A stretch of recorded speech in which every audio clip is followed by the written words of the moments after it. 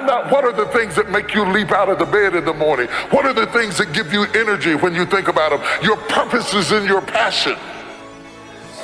Your purpose is in your passion. Don't sit there and say, I don't know why I'm here. You do know why you're here.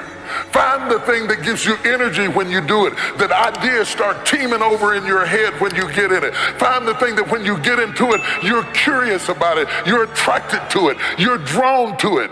Passion is a result. Passion is an energy.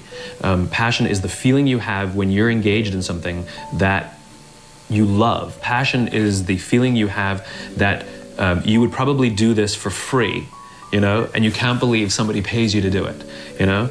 And I think we mistake that passion is something we do in our private lives, but it shouldn't be done, you know, in our careers, for example. And I'm a firm believer that you are who you are. And anybody who says, I'm different at home than I am at work, in one of those two places, you're lying.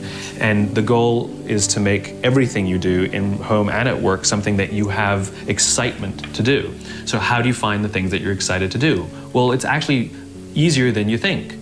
What are the things that you love to do? What are the things that you would do for free? You know, how can you recreate that feeling and be paid for it? So what are the things that I do on the weekend, right? I love, I'm very involved in the art world. I love to go to museums and galleries, but I love to go see dance and performances because I want to see how others are interpreting the world. So that inspires me. New ideas, new thoughts, new ways of looking at the world are things that interest me privately, and I seek it out and pay money for it, right? So does that mean I have to have a career in the arts? No, it means I have to have a career where new ideas are explored, where people are experimenting and trying things out, and I have to explore new ideas and try things out, and I'm just as excited to go to work every day as I am to, you know, go do something on a Saturday night. And so the idea of finding your passion is ironically simple because you should be doing stuff that you enjoy sometimes. What is the stuff that you enjoy, and then what is the stuff that you love? Who are the people that you love, and what do they all have in common? Chase your dreams, man. You want to wake up in the morning and be excited about going to work. You want to wake up in the morning and be excited about what you do. You want to wake up and can't wait to go to work. See, it's a big difference from saying, I gotta go to work and I get to go to work. That's two different things. I get to go to work every day. When I worked at Ford Motor Company, Lincoln Electric, I gotta go to work because I just was unhappy. When I started living in my gift, then I get to go to work. That's what you want to wake up and be able to say. If you're waking up miserable, if you wake up and you're driving to a job you don't enjoy, if you're driving to a job that's not fulfilling, okay, don't get stuck in that rut, man. Chase your dreams. You got to go do that thing, make your heart pump, man. Make you feel good. Even if you don't make as much money.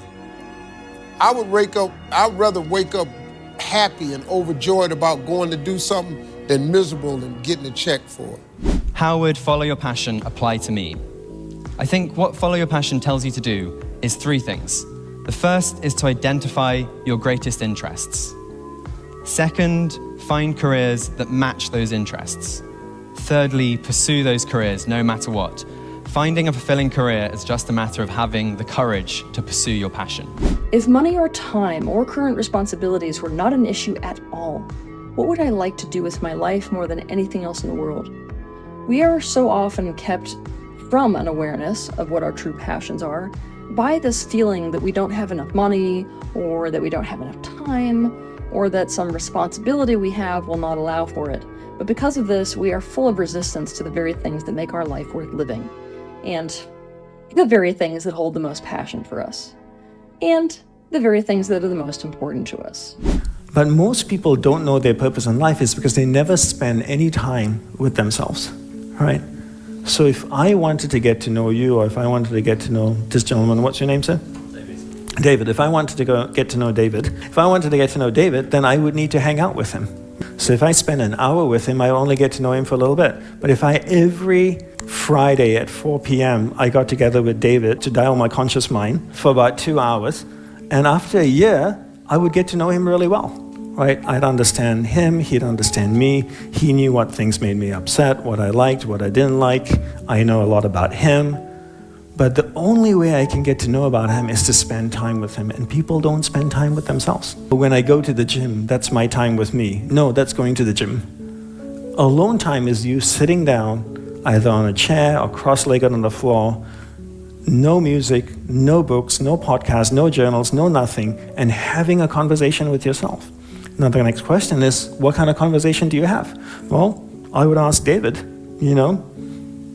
questions like, what do you love? What do you like? Do you like ice cream? And, where did you grow up? What are you passionate about? What drives you? What do you want out of life? And the more you have this conversation with him, the more I find out. So have these conversations with yourself every day.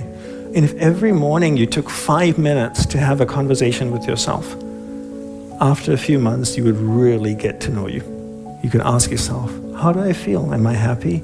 Am I living the life that I want? Am I passionate about what I do? Do I have things that I love? What will I say about my life at the end of my life? How do I want to live my life? What's my purpose? But people don't have 5 minutes in the morning. They're too busy, right? But then if your friend calls you up and say, can we get together for dinner? You say, I can't do this Wednesday, but I can next Thursday. And then you go out for 2 hours for dinner with a friend. Do you know how many 5-minute segments there are in 2 hours? There's 24. That means you can skip the dinner, sit with yourself 5 minutes each day for 24 days in a row, right? And it all comes down to priorities. So the more time you spend with yourself, the more you get to know. But spending time with yourself is just not going for a walk. It's actually sitting down and having a conversation, a dialogue. The same way you would get to know a friend, you get to know yourself the same way.